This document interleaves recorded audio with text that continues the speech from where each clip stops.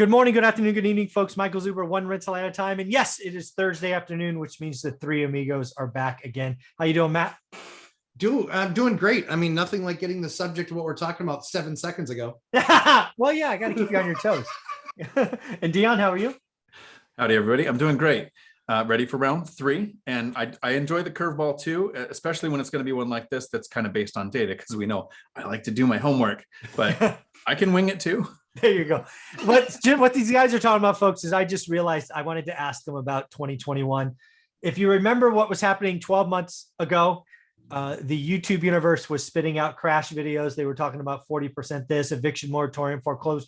They were talking about the eviction tsunami, foreclosure tsunami. And I was putting out endless videos showing you why these people were wrong. Most importantly, we've gone 12 months and I was right. More importantly than being right is what each of us did in our business to make 2021 amazing. I've only had 1 year in my career better than 2021, and that happened to be 2010, where I was buying everything hand over fist using private money. That was my best year in 21 years.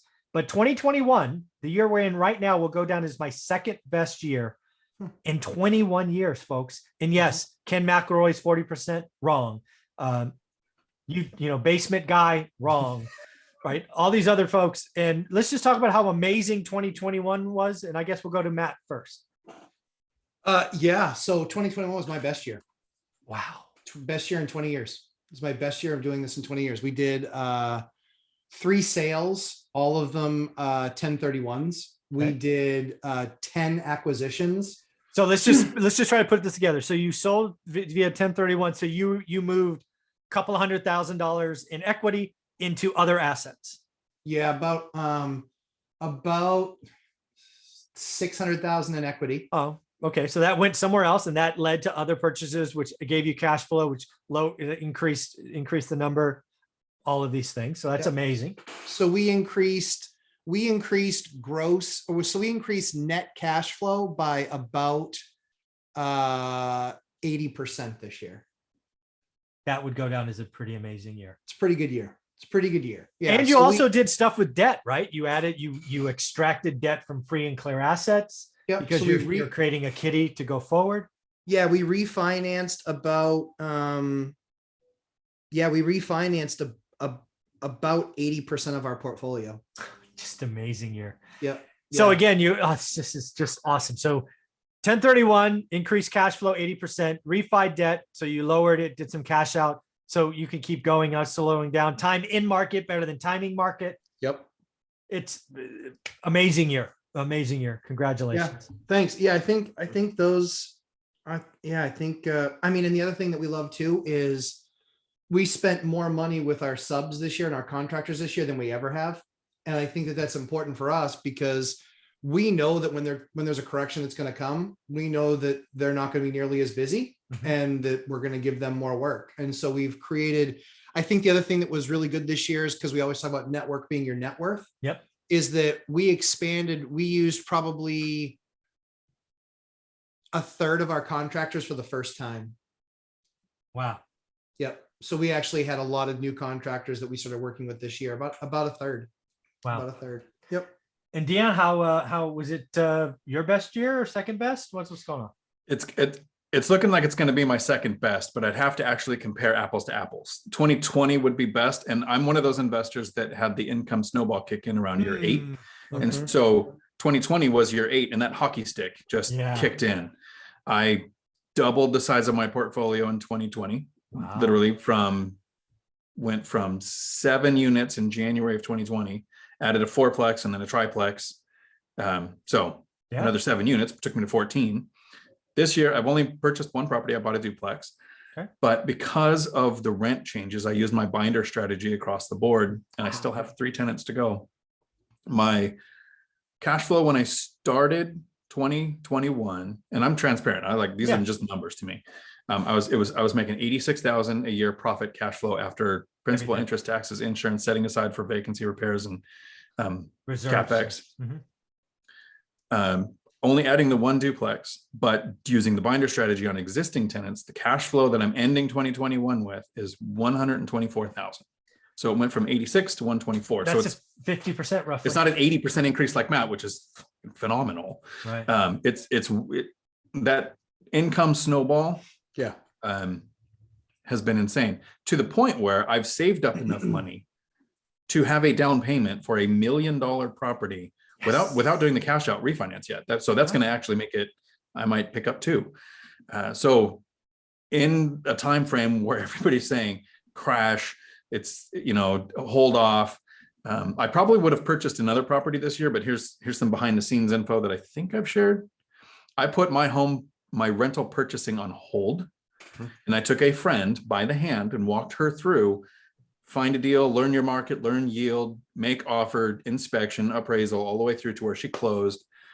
Had an arrangement with her that this was such a good deal. I said, look, you're going to try this. If at any point in time you want to back out, I will give you every penny you have invested. I'll take the deal. So she had confidence in that. So there's probably been about 3 months where I could have bought a deal, but it's 3 months of saving to make the next deal even better, because I'm putting my money where my mouth is, where I keep saying, Me too. I wish my properties cost more as long as the yield scaled with it. So I'm going to find a property that costs more and gets the right yield. Yeah. So it's been an amazing year. Yeah, it's been, so again, second best year for me. So to give you some round numbers, I think my rent up, I'd have to look at the end of the year, but I'm going to guess it's 30%, maybe 35, somewhere in there. So not as much as both of you. However, my debt structure, my payments are down about 30% as well, which is a nice kicker. Because again, I had apartments and houses and variable debts, and I've taken the whole year. Most of my energy went into changing my debt structure. Right. I had about half my portfolio entering the year with what I call interest rate risk. I'm exiting the year with none of that. Wow. So I am like happy guy. That's crazy. In addition to that, my cash pile is more than doubled. Net worth is just ungodly. It's obnoxious. Yeah, and then again, the only reason 2010 was better is because I was able to take the 40 grand and recycle it so often. And again, I admitted, I think in video 1, 2021 could have been my best year if I would have held my flips. It'd have been Interesting. Okay. Yeah, because I would have yeah, if I would have held those 7 or 8 or however many I flipped, I don't know. It'd be a tough call, but right now 2010 is still the best year for me. So again, 2021, really good year for all of us. Yeah. Really glad we were in. You can't time the market. All these other people that live in their basements and making videos aren't in the business. We do this every day. We look at our buy box, right? We're writing offers every week because we really do this. This is what we do. We are not entertainers. We're not doing pretty graphs. We're just talking about the business. I know I'm excited about 2022 because I see kind of appreciation continuing, but not as much. I see rent increases, but not as much. My debt structure is rock solid heading into the year. So good to go. So again, prices collapse in half. Zuber doesn't care, right? It doesn't matter. I'll just buy more, right? It's fine. So I'm excited about 2022. You want to say a couple words about 2022, Matt? I'm excited for it. I mean, a lot of things that we tried to tackle in the beginning of 21 that just took a little bit longer for us to kind of get through. So refining the entire portfolio, we're going to finish refining it next year. We've only got, I think, 3 commercial loans that we do have that interest rate risk, but they're so early in the cycle. Can't do it. I'm not writing over $100,000 worth of checks prepayment. Yeah. But yeah, and then I think the rest of it was, jumping into Section 8. There you go. We haven't had our first year under our belt doing that. We went from in maybe 120 days, maybe. I think we've gone from 0 to 10 tenants from Section 8. That's good. I like that. Broadening that horizon. So yeah, I think 22 looks, I'm hoping that 2022 is a big buying opportunity. Okay. But if not, there will be a lot of shuffling opportunity, which is as people move out, improving properties that we've purchased with tenants in them, where we take the opportunity, if it's a slower economy, we'll take the opportunity to upgrade those units and keep our contractors busy and then rent them out. There you go. And 2022 for you, Dan? I'm excited. I see the buying opportunity because it's always a good time to buy a great deal. Yes. And the great deals are out there.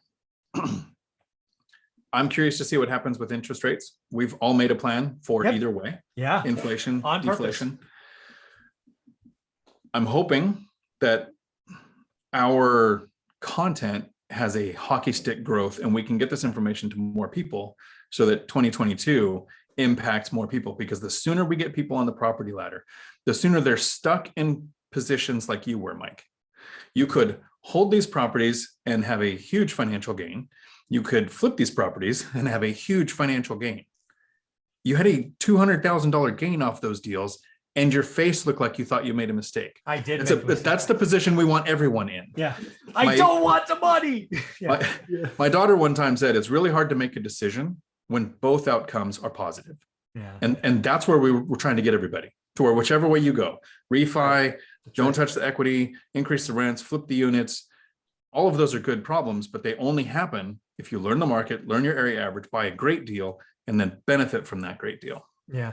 Folks, again, we are trying to help 1 million people. These guys don't know it, but they've been signed up since day one. If you like the videos that we put out on any of our 3 channels, share them, tag people, ask them to check them out.